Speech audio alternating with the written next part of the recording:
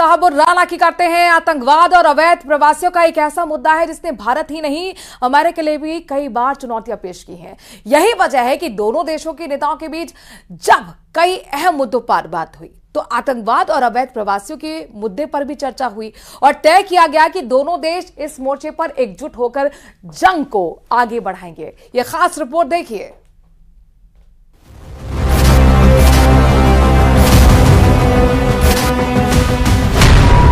आतंकवाद के खिलाफ डबल अटैक। भारत अमेरिका की साझा लड़ाई। तहव्वुर राणा के प्रत्यर्पण को मंजूरी। अमेरिका में 9/11 और भारत में 26/11 का आतंकी हमला एक ऐसा जख्म है जिन्हें भुलाया नहीं जा सकता। यही वजह है कि दोनों देशों के बीच हुई इस अहम मुलाकात में आतंकवाद का मुद्दा भी प्रमुखता से उठाया गया। आतंकवाद के खिलाफ लड़ाई में भारत और अमेरिका दृढ़ता से साथ खड़े रहे हैं। हम सहमत हैं कि सीमा पार आतंकवाद के उन्मूलन के लिए ठोस कार्रवाई आवश्यक है। आतंकवाद के खिलाफ जो नरेंद्र मोदी की सोच है, ठीक वही सोच प्रेसिडेंट डोनाल्ड ट्रंप की भी है और यही वजह है कि दोनों की तरफ से इस मुलाकात के दौरान काउंटर टेररिज्म पर भी जोर दिया गया। इस दौरान डोनाल्ड ट्रंप ने मुंबई हमलों के आरोपी तहव्वुर राणा के प्रत्यर्पण को भी मंजूरी दी। Today I'm pleased to announce that my administration has approved the extradition of one of the plotters and one of the very evil people of the world, and having to do with the horrific 2008 Mumbai terrorist attack, to face justice in India. दरअसल तहव्वुर राणा पाकिस्तानी कनाडाई businessman है। तहव्वुर राणा पर मुंबई हमलों में शामिल होने का आरोप है। तहव्वुर राणा पर मुंबई हमलों के मास्टरमाइंड डेविड कोलमैन हेडली का सहयोग करने का आरोप है। 2009 में आतंकवाद से जुड़े मामलों में उसे अमेरिका से गिरफ्तार किया गया था।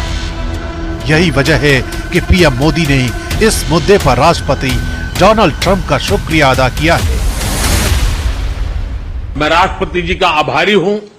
उन्होंने 2008 के जिसने भारत में नरसंहार किया था, उस मुजरिम को अब भारत के हवाले करने का निर्णय किया है।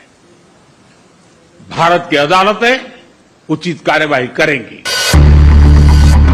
इस दौरान अवैध अप्रवासियों के मुद्दे पर भी सवाल उठा, जिस पर पीएम मोदी ने साफ कहा कि ह्यूमन ट्रैफिकिंग के इस इकोसिस्टम को जड़ से खत्म करने के लिए एक साथ मिलकर काम करने की जरूरत है। सवाल सिर्फ भारत का नहीं है, वैश्विक रूप से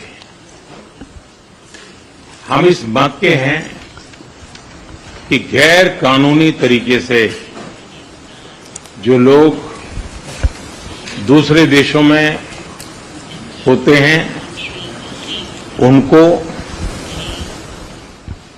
वहां रहने का कोई कानूनी अधिकार तो है नहीं। जहां तक भारत और अमेरिका का सवाल है, हमने हमेशा कहा है कि जो वेरीफाइड होगा, कि जो सच्चे अर्थ में भारत का ही नागरिक होगा, वो अगर अमेरिका में गैर कानूनी तरीके से रहता है तो उसको वापस लेने के लिए भारत तैयार है। लेकिन बात हमारे लिए वहां से रुकती नहीं है। ये सामान्य परिवारों के बच्चे होते हैं, उनको बड़े बड़े सपने दिखाए जाते हैं और उनको ज्यादातर ऐसे होते हैं उनको गुमराह करके लाया जाता है।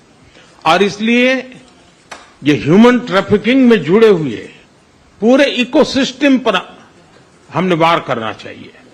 और अमेरिका और भारत मिल करके हमारी कोशिश है और हमारी कोशिश रहनी चाहिए कि इस प्रकार की पूरी इकोसिस्टम को हमें जड़ मूल से नष्ट करना चाहिए, ताकि ह्यूमन ट्रैफिकिंग बंद हो और गरीब लोगों को जो अपनी धन दौलत बेच करके ऐसे बड़े बड़े सपने दिखा करके उनको अंधेरे में रख करके ले जाया जाए, उनके साथ भी अन्याय है।